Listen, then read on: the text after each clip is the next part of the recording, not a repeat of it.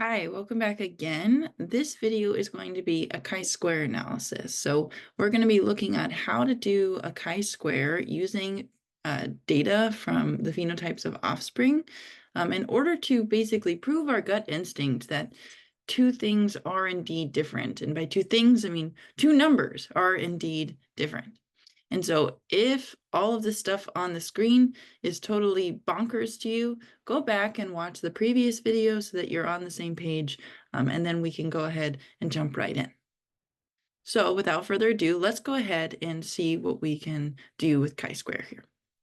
So recall that in this, we have decided that they are probably on the same chromosome, and that is why we don't see the expected ratios. But how do we prove that?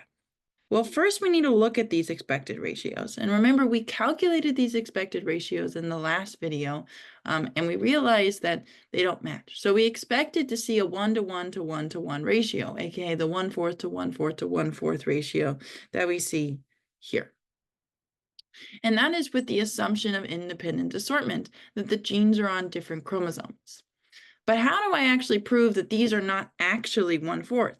Well, they sure don't look like 1/4, but I can't say that with certainty unless I use a test. And the appropriate test here would be a chi-square test. I know it's the appropriate test, one, because it's the only one that we've talked about so far, but also because it is using categorical data with counts.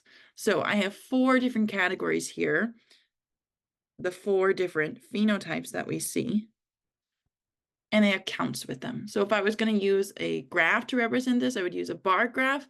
If I'm using a test, chi-square would be appropriate here. So let's go ahead and use the room here. Chi-square has the following formula. This will be given to you on your reference sheet, but you probably will commit it to memory over time. So it stands for the summation of the observed minus expected values squared over the expected value. So if I expect 1/4, well, there are 10,000 offspring. We calculated that before, but how did I get it? I just added up all of these together, and there are 10,000 offspring. So 1/4 of 10,000 is 2,500. So I expect each of the categories, since I expect 1/4, 1/4, 1/4, I expect 2,500 for each of these. So how do I calculate this then? I'm going to go ahead and say chi-square is equal to observed. Let's do the first one first, which is, oh no, I don't have my calculator. So my observed is 4,580 minus my expected, which we just decided was 2,500, squared over 2,500, which is my expected value.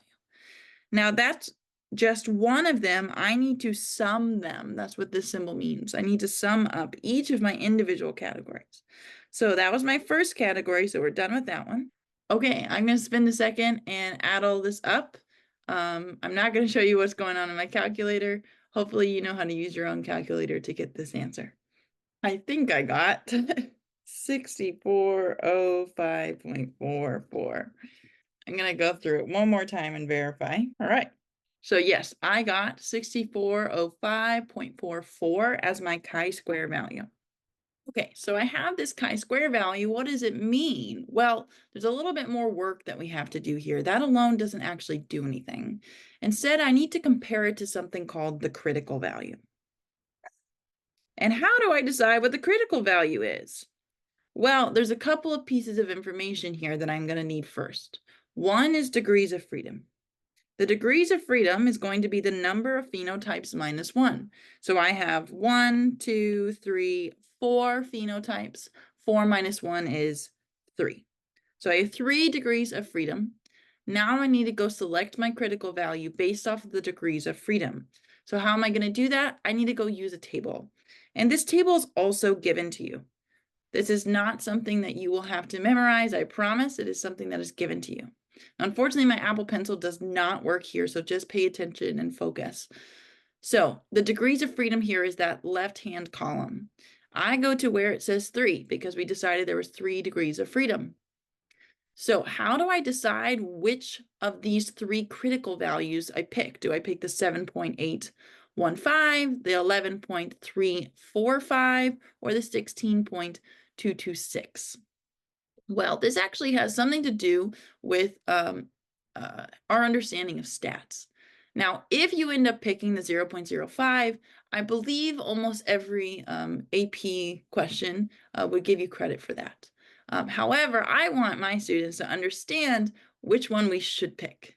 And in this case, we should pick 16.266. Here's why. Our chi-square value is massive. It's really, really big. And it's really big because the difference between our observed and expected is really big. If it wasn't really big, then the chi-square value would be much smaller.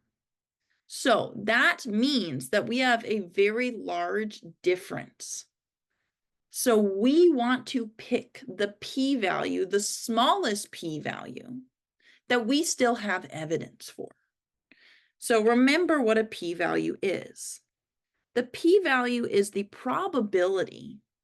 It's the probability that your results, meaning this ratio, is due to chance, that the deviation from the expected ratio, which is 1/4, 1/4, 1/4, is simply due to chance. Not that they're on the same chromosome, not that independent assortment is not happening, that this just happened due to chance. The genes are, in fact, on different chromosomes, and they just managed to segregate in this really bizarre way, just by chance. So the p-value, if I say there's a 5% chance of that happening, that means I'm 1 in 20 times you would kind of expect these results. Whereas a p-value of 0.01 is saying 1% or 1 in 100 times I would expect these bizarre results. And in reality, we have really, really strong evidence. So our p-value is actually probably much, much, much, much, much smaller. So if we go to the 0.001 here, that's 1 in 1,000. So the 1 in 1,000 here is the 16.26.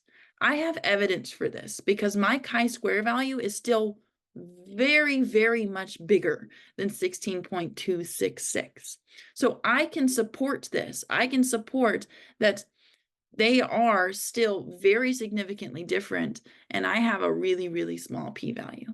You can sometimes get tables that go even further, but there is almost no chance that these genes are on different chromosomes. It's almost certainly that they're on the same chromosome.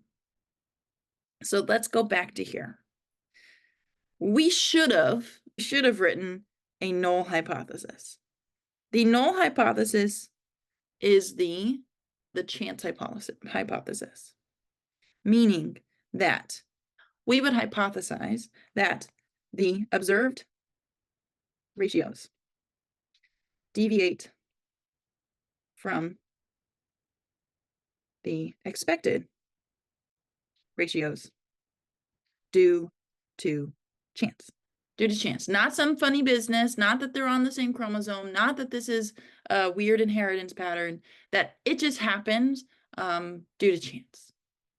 Now, since our chi-square value is so much bigger than our critical value of 16.27, I reject this null hypothesis. I reject it because that means that my p-value is 0.001 or less. So this is how we would perform a chi-square analysis. Let's go over it all in sum. So what did I start with? I started with figuring out what my expected ratios were. And remember that the assumption with these expected ratios is that the genes are on different chromosomes. In this case, I got 1/4, 1/4, 1/4, 1/4. I now look at my observed values, and I have this gut reaction that those are not 1/4, 1/4, 1/4, 1/4. But generally speaking, my gut reaction is never going to be as good as math, and so I need to use a test. And the test that we use is the chi-square test. So how do I calculate chi-square? Well, I take this exact formula, chi-square is equal to the summation of observed minus expected squared over expected. Then I plug in all of my appropriate data. I got, in this case, a chi-square value of 6405.44, which is really, really big. And so I'm still not done. I need to compare it to a critical value. And the critical value that I choose is based off of the evidence that I have.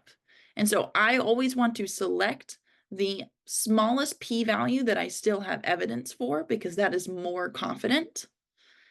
And I also have to consider my degrees of freedom, which is the number of phenotypes minus 1. So in this case, 4 phenotypes minus 1 is 3.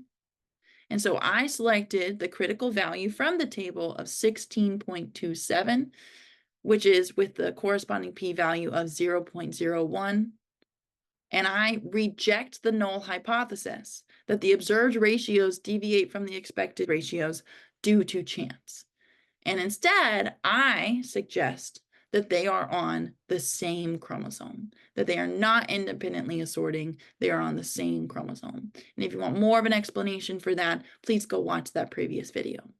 I hope this clears up some of the problems that we've been having with chi-square, and good luck. See ya.